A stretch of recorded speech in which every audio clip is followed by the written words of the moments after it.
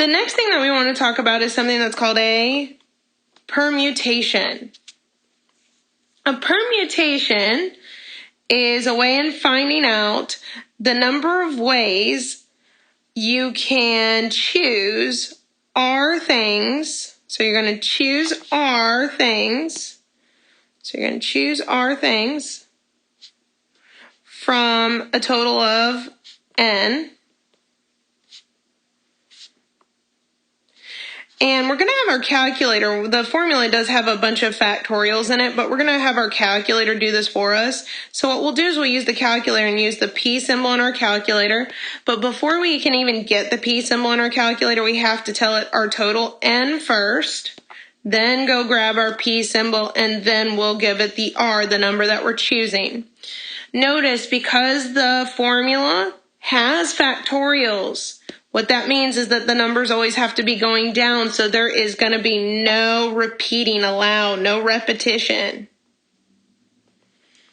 And this is when we're putting things in order.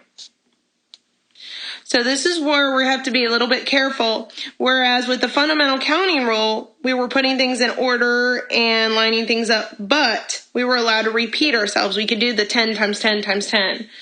And use the same number repeatedly. But in these, because of the factorial, we cannot repeat ourselves. Now, there is going to be a video available on YouTube regarding how to use your calculator. But in case you don't want to go through that, if you want to use your permutation button on your calculator, suppose we want to do an example like 5P3. What you'll need to do is go to your main screen on your calculator and type in your 5 first. Then you need to go get your P symbol in your calculator by pressing the math key first. Then you're going to arrow to the right 1, 2, 3 times until you get to PRB for probability. You'll select PRB for probability and you'll go down to the second option, the NPR. That's our P option that we want. And if you press enter, then this will come up after your 5. That's the P symbol. And then we'll type in the number, the last number, how many we're choosing out of those 5, which is the number in this one, 3. And then press enter one last time, and that gives us 60. And for this one, it would mean that there are 60 ways to choose 3 things from a group of 5 in a specific order without repeating. That's what that 60 is. It's the number of ways to choose 5 things, to choose 3 things. Choose 3 things from 5 without repeating.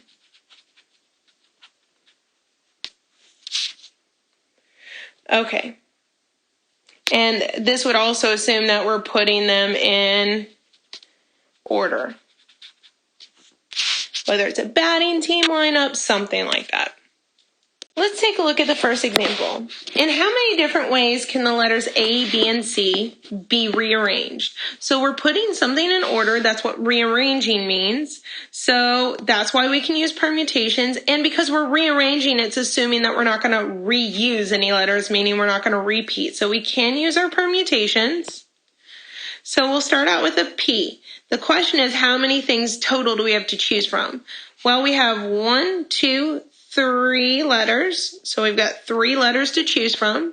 Now, how many of the 3 letters are we going to use? Well, we're going to rearrange them all. So we're going to use all 3 of them. So a total of 3. So we'll be doing 3P3 in your calculator. Or you can still technically use the fundamental counting principle. You can do that we're filling 3 slots up. And in the first slot, you have all 3 letters to choose from. Then for the second slot, you've used 1 and you're rearranging them, so you'd be down to 2. And for the last slot, you'd have only 1 to choose from. That was the last letter left, and you'd have 3 times 2 times 1. What you'll notice is either way, whether or not you use the permutations or using the 3 times 2 times 1, you'll get the value 6. Continuing along, here's another one.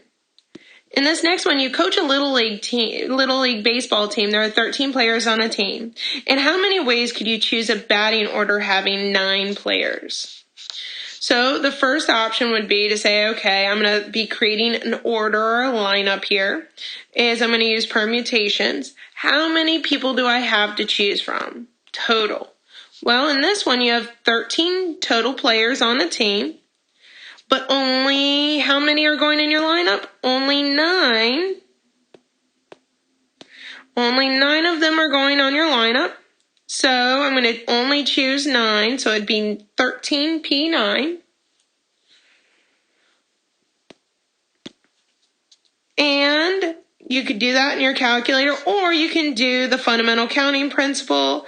Be careful, you're choosing a batting order having 9 players, so we're going to only have 9 slots. 7 slots, 8 slots, and then my 9th slot. Now in your first slot, you would have all 13 to choose from. Then you'd work your way down to 12, 11, 10, 9, 8, 7, 6, and 5. And what you should notice is you do still have some players left over, but that's what you expect and anticipate. Now doing either way, you'll get the same answer. So let's see what it is.